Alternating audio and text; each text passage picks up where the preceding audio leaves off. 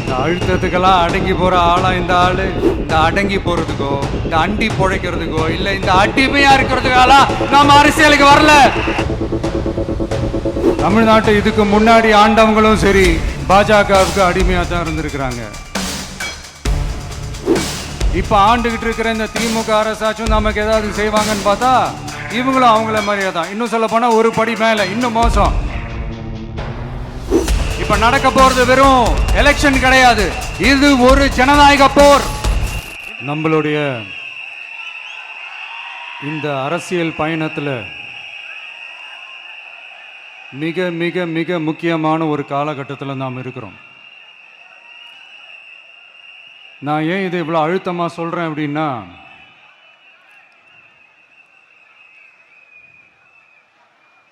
ஏதோ அழுத்தம் இருக்குமோன்னு நினைக்கிறீங்களோ? அழுத்தமா நமக்கா?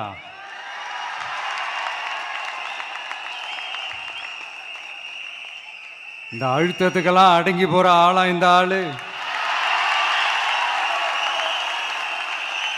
இந்த மூஞ்சா பார்த்தா அப்படியா தெரியுது உங்களுக்கு?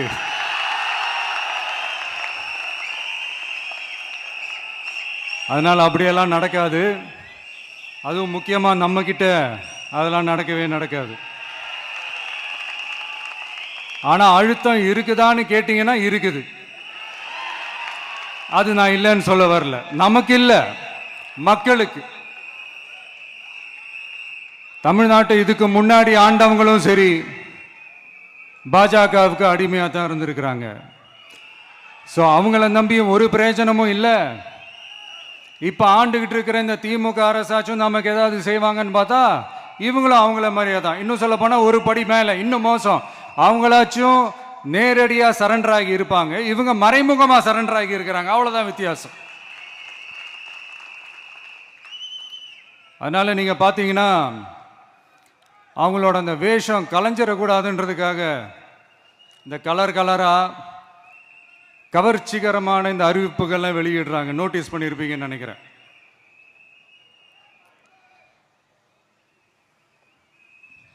அதனால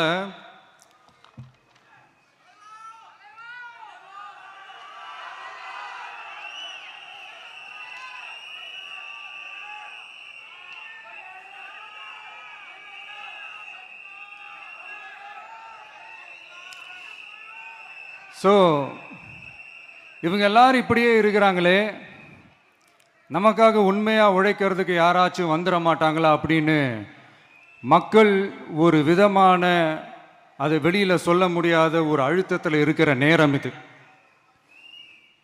மாத்தி மாத்தி ஓட்டு போட்டு ஏமாந்த அவங்க இப்ப நம்மளை நம்புறாங்க. நம்மளுடைய இந்த தமிழக வெற்றி கழகத்தை இந்த விஜய் கூட நிப்பான்னு நம்புறாங்க.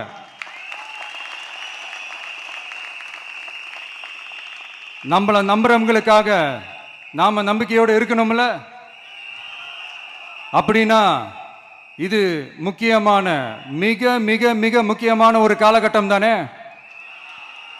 அதனாலதான் அவ்வளவு அழுத்தமா நான் சொன்னேன். இந்த தேர்தல், இந்த கூட்டணி, இதெல்லாம் பத்தி நிறைய இந்த ஹேஷியங்கள் ஜோஷியங்கள் எல்லாம் நடந்துகிட்டு இருக்கு இல்லையா? என்னப்பா இந்த விஜய் இப்பதான் வந்திருக்கிறாரு, இவர் கூடலாம் யார் வரப்போறா, அவங்க வரமாட்டாங்க, இவங்க வரமாட்டாங்க, அப்படி இப்படின்ட்டு நம்மளை பற்றி ஒரு அண்டர் எஸ்டிமேட் பண்ணிட்டு இருக்காங்களே. அதுனா நமக்கு புதுசா என்ன? 30 வருஷமா நம்மளை அண்டர் எஸ்டிமேட் பண்ணிட்டு தான் இருக்கிறாங்க. ஆனால் மக்கள் கரெக்டாக நம்மளை எஸ்டிமேட் பண்ணி ரொம்ப அழகா, ரொம்ப அக்கறையா, ரொம்ப தெளிவா, ரொம்ப தீர்க்கமா நமக்குன்னு ஒரு இடத்த கொடுத்துருக்குறாங்கல்ல. எப்படி? என் கேரியரின் உச்சமான ஒரு இடத்த கொடுத்துருக்குறாங்கல்ல. அதை இந்த நாடே பார்த்துக்கிட்டு இருக்குல்ல. ஏன் அப்படி எனக்கு அந்த இடத்த கொடுக்கணும்? ஏன்னா இந்த விஜய் நம்ம பிள்ளையாச்சே, நம்ம அண்ணனாச்சே, நம்ம தம்பியாச்சேன்னு சொல்லி அவங்க மனசுல அப்படி தோணுது. அதனாலதான் நமக்கு அப்படி ஒரு இடத்த கொடுத்து உள்ளன்போடு அள்ளி நம்மளை அரவணைச்சிக்கிட்டு இருக்கிறாங்க. அப்படி நம்மளை நம்புறவங்களுக்காக நாம உழைக்கிறதே அது ஒரு பழக்கமாகி பழக்கமாகி இப்ப அதுவே என்னுடைய ஒரு ஒரிஜினல் கேரக்டராகவே மாறிடுச்சு. இத்தனை வருஷமா இருக்கிற அந்த உழைக்கிற குணம் அது எப்படி மாறும்? அதெல்லாம் மாறவே மாறாது. அரசியலுக்கு வந்ததுக்கு அப்புறமும் சரி, ஆட்சி அதிகாரத்துக்கு வந்ததுக்கு அப்புறமும் சரி, ஒன்னே ஒன்று சொல்ற, எழுதி வச்சுக்கோங்க. இதுக்கு முன்னாடி இருந்தவங்க மாதிரியோ இல்லை இப்போ இருக்கிறவங்க மாதிரியோ ஊழல் செய்யவே மாட்டான்.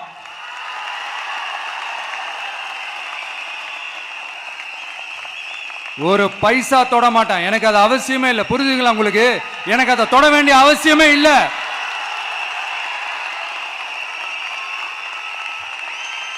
ஒரு துளி ஊழல் கரை கூட படியவே படியாது, படியவும் விட மாட்டான். நீங்க கேட்கலாம், இது என்ன சினிமாவா, இதென்ன முதல்வன் படமா, ஒரே நாள்ல வந்து இவர் எல்லாத்தையும் கிளீன் பண்ணிடுவாரான்னு நீங்க கேட்கலாம். ஓகே, பிராக்டிகலா அது பாசிபிள் இல்லதான். But it is a process, right? It is a process. இப்படி எதுக்குமே ஆசைப்படாத ஒருத்தன் அரசியலுக்கு வரான் அப்படின்னா, அவன் கண்ணு முன்னாடி ஏதாவது ஒரு தப்பு நடக்குது அப்படின்னா, அவன் கண்ணு முன்னாடி ஏதாவது இந்த மாதிரி ஒரு ஊழல் நடக்குது அப்படின்னா, அதை பார்த்துக்கிட்டு அவன் சும்மா இருப்பான்னு நினைக்கிறீங்க?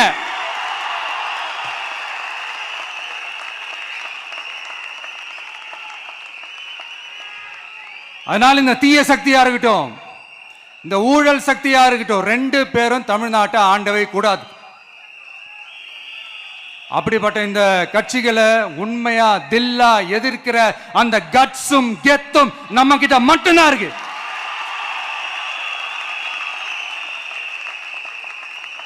அதனால நீங்க என்ன சூழ்ச்சி நம்ம மேல பண்ணாலும், என்ன அழுத்தம் நீங்க கொடுத்தாலும், இந்த அடங்கி போறதுக்கோ, இந்த அண்டி பொழைக்கிறதுக்கோ, இல்ல இந்த அடிமையா இருக்கிறதுக்கால நாம அரசியலுக்கு வரல. என் மண்ணுக்கும் மக்களுக்கும் யார் என்ன தீங்கு செஞ்சாலும் அதை எதிர்த்து அவங்க கிட்ட இருந்து நம்ம மக்களை பாதுகாக்கிறதுக்காக தான் நம்ம அரசியலுக்கே வந்திருக்கிறோம். அண்ட் முக்கியமா தோழர்களே, மக்களுக்கு என் மேல மட்டும் நம்பிக்கை இருந்தா அது பத்தாது. என் கூட டிராவல் பண்ற என்னோட எல்லா தோழர்கள்கிட்ட அந்த நம்பிக்கை வரணும்.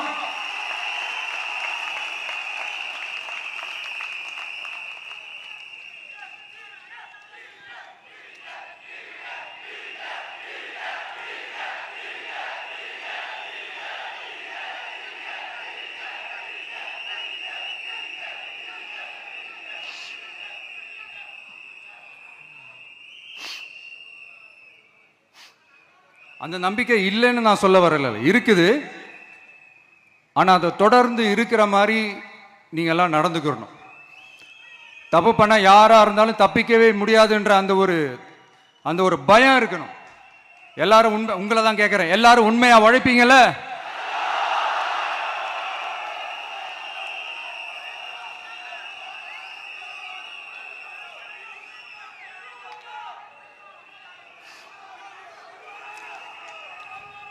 யாருக்காகவும் எதுக்காகவும் நம்மளோட அரசியல காம்ப்ரமைஸ் பண்ணிக்கவே கூடாது. செய்வீங்கல்ல?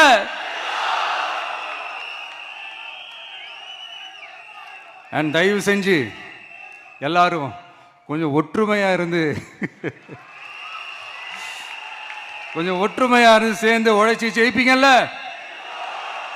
சரி, நமக்காக நம்ம மக்கள் கண்டிப்பா ஓட்டு போட்டு ஜெயிக்க வைப்பாங்க, அதில் எந்த மாற்று கருத்துமே கிடையாது. அப்படி ஜெயிக்கிறதுக்காக நாம் என்ன செய்ய போறோம்?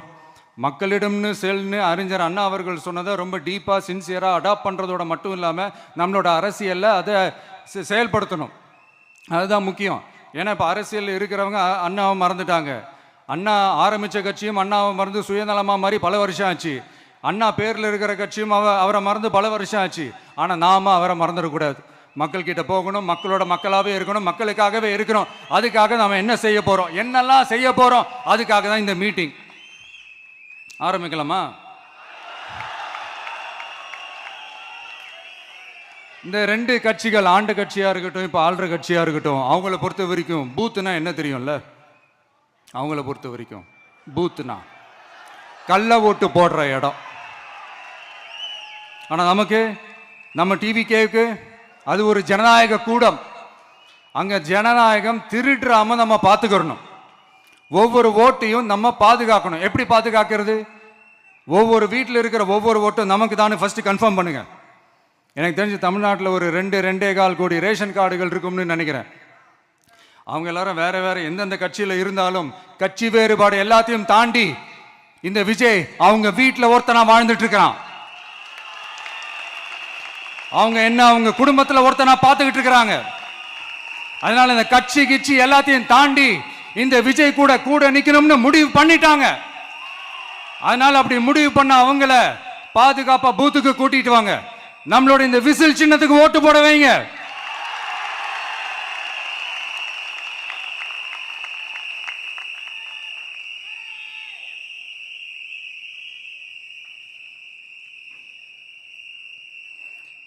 ஒன்றியம், நகரம், பேரூர் பகுதி கிளைன்னு இங்க வந்திருக்கிற நம்மள எல்லார் நிர்வாகிகளும் தான் நம்ம கட்சியினுடைய ஆணி வேர்.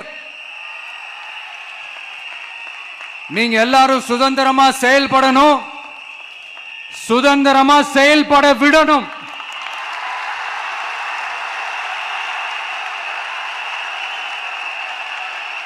நீங்க ஒவ்வொருத்தரும் எனக்கு முக்கியம்.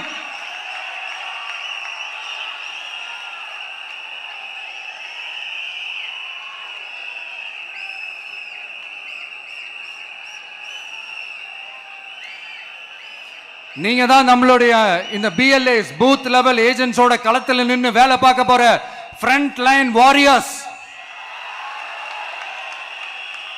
இப்ப நடக்க போறது வெறும் எலெக்ஷன் கிடையாது, இது ஒரு ஜனநாயக போர். இந்த டெமோக்ராட்டிக் பேட்டில லீட் பண்ண போற கமாண்டர்ஸ் நீங்க தான்.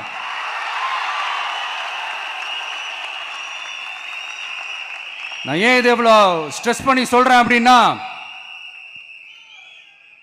இந்த தீய சக்தி எப்படி இந்த தீய சக்தியோட தில்லு முள்ளுலாம் உங்களுக்கே நல்லா தெரியும். முழிச்சிட்டு இருக்கும் போது முழியை தோண்டி எடுத்துட்டு போற கூட்டம். அதனால கொஞ்சம் ஜாக்கிரதையா இருக்கணும். நம்ம எலெக்ஷனுக்கு இன்னும் 3 மாசம் தான் இருக்குது, அவ்வளவு கூட இல்லைன்னு நினைக்கிறேன். இந்த 3 மாசத்துல நீங்க செய்ய போற அந்த களப்பணியில தான் நம்மளுடைய வெற்றியே இருக்குது. உங்களுக்கு இந்த விஜய் பிடிக்கும்ன்றது உண்மைனா, சத்தியம்னா, உங்களோட உழைப்பில் அதை காட்டுங்க. அப்புறம் நாங்க அறிவிக்க போற வேட்பாளர்களுக்கு நீங்க உங்களுடைய முழு ஒத்துழைப்பை நீங்க கொடுக்கணும். கொடுப்பீங்க தானே?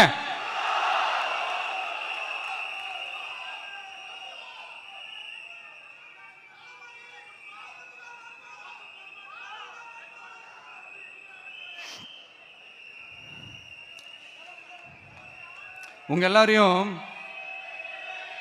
ஒரு எனர்ஜைஸ் பண்ற மாதிரி உண்மையா நடந்த ஒரு கதை ஒன்று சொல்றேன்.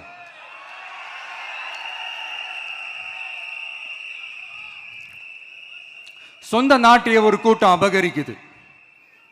சொந்த நாட்டிலேயே இருக்க முடியாத அளவுக்கு ஒரு நெருக்கடி ஏற்படுது. ஸோ வேற வழி இல்லாமல் அந்த நாட்டை விட்டே வெளியே போய் வேற ஒரு இடத்துக்கு போய் காடு மலை அப்படி இப்படின்னு சுற்றி மறைஞ்சு வாழ வேண்டிய ஒரு சூழ்நிலை ஏற்படுது. என்னடா இப்படியே ஓடிக்கிட்டு இருக்குமேன்னு சொல்லிட்டு தன்னோட நட்பு சக்திங்க கிட்ட பேசி ஒரு பெரும் படையை திரட்டிக்கிட்டு அதிரடியாக ஒரு போரை நடத்தி அந்த நாட்டையே திருப்ப மீட்டு எடுத்தது யார் தெரியுமா? நம்ம கொள்கை தலைவர்களை ஒருத்தரான ராணி வேலு நாச்சியார் அவர்கள் தான். அவங்களுக்கு அந்த நட்பு சக்தியா கூட இருந்து உழைச்சது சின்ன மருது, பெரிய மருது, சையது, கார்கின்னு சொல்லிட்டு அந்த 3 பேரும் தான். ஆங்கிலேயர் படை, ஆற்காட்டு படை மாதிரி அந்த 2 பெரும் படையை அடிச்சு துவம்சம் பண்ணிட்டு அந்த நாட்டையை திருப்பி மீட்டு எடுத்தது வேலு நாச்சியார். அன்னைக்கு இருந்த ஆங்கிலேயர் படை, ஆற்காட்டு படை மாதிரி இன்னைக்கு என்னென்ன படை இருக்குதுன்னு உங்க எல்லாருக்குமே நல்லா தெரியும்.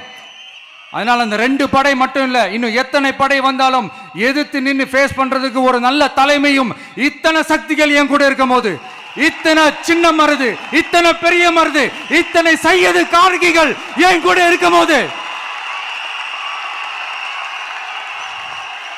நம்ம நாட்டை நம்மளால மீட்டெடுக்க முடியாதான?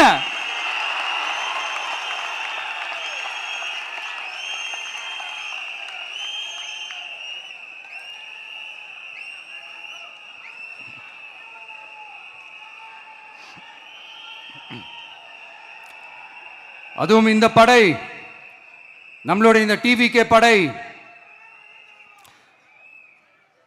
நட்பு சக்தி இருந்தாலும் இல்லைனாலும் தனியாவும் நின்று கெத்தா ஜெயிக்கிற அளவுக்கு ஒரு மிகப்பெரிய படை. அதுலயும் ரொம்ப முக்கியமா இன்னைக்கு இந்த கூட்டத்துக்கு வரலனாலும் நான் அந்த போர்ல நடந்த அந்த கதை மாதிரி கட்ஸான குயில்கள் நிறைந்த பெண்கள் படையும் நம்மளோட இருக்கிறாங்க. அந்த பெண்கள் படையை பார்த்துதான் அரசியல் அரங்கமே அதிர்ந்து போயிருக்குது. அதனால எல்லாரும் ஒரு நிமிஷம் எனக்காக எந்திரிச்சு நில்லுங்களேன் ப்ளீஸ். நான் சொல்றதை கொஞ்சம் ரிப்பீட் பண்ணுங்க. இந்த 2026 சட்டமன்ற தேர்தலில் நாம எல்லாரும் உண்மையாக உழைப்போம், சத்தியமாக உழைப்போம், உறுதியாக உழைப்போம், ஒற்றுமையாக உழைப்போம். தேங்க்யூ. Please sit down.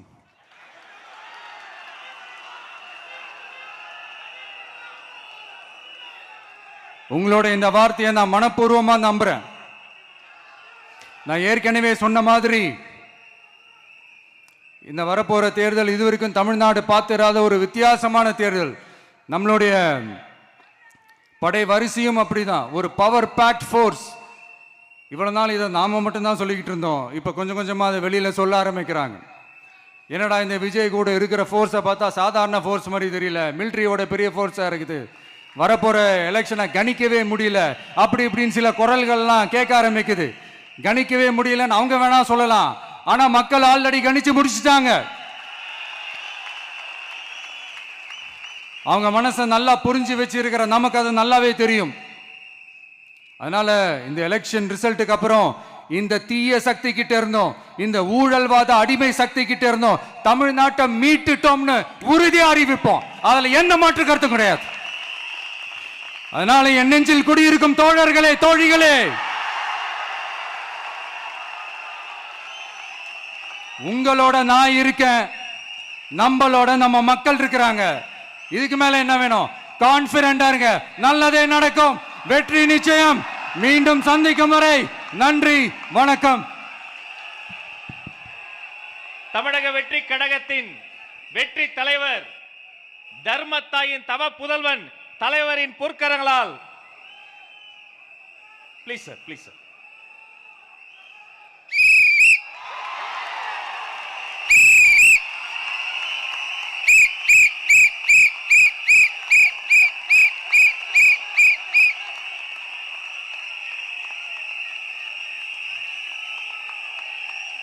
நம்ம சின்னம் உங்கள் சின்னம், நம்மளுடைய வெற்றி சின்னம் விசில். கப்பு முக்கியம் பகிலே.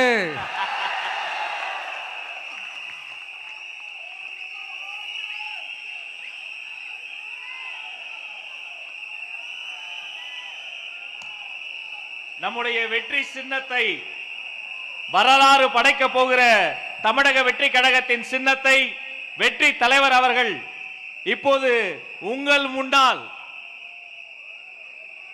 இதோ அறிமுகம் செய்கிறார்.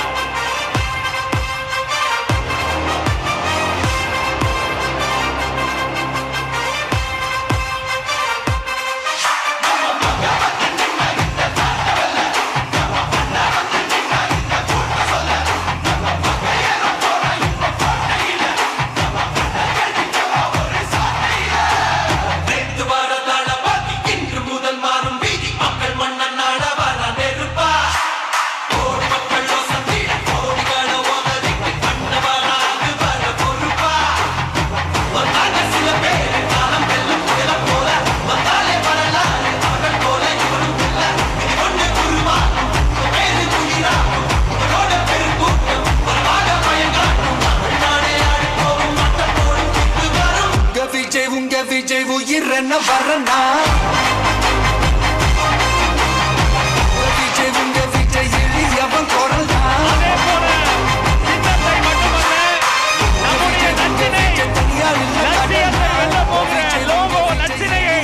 வெற்றி தலைவர் இதோ அறிமுகம் செய்கிறார். வீட்டுக்கு வீடு, வீதிக்கு வீதி, ஊர் முழுக்க உலகம் முழுக்க புதிய சரித்திரம் படைக்க போகிற தமிழக வெற்றி கழகத்தினுடைய தேர்தல் பரப்புரை லட்சினை வெற்றி சின்னம் விசையோடு இதோ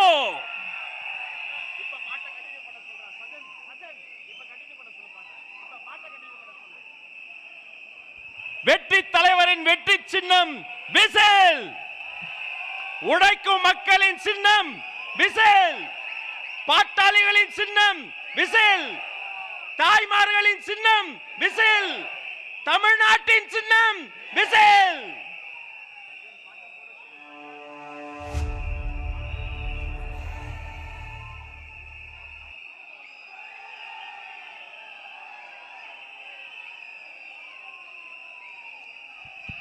இந்த லோகோ லட்சணையை ஆதாரமாக கொண்டு வீட்டுக்கு வீடு நம்முடைய கேம்பெயின் பரப்புரை துவங்குகிறது என்பதை நெஞ்சார்ந்த மகிழ்ச்சியோடு உங்களோடு பகிர்ந்து கொள்கிறோம். இனி வீட்டுக்கு வீடு விசில்.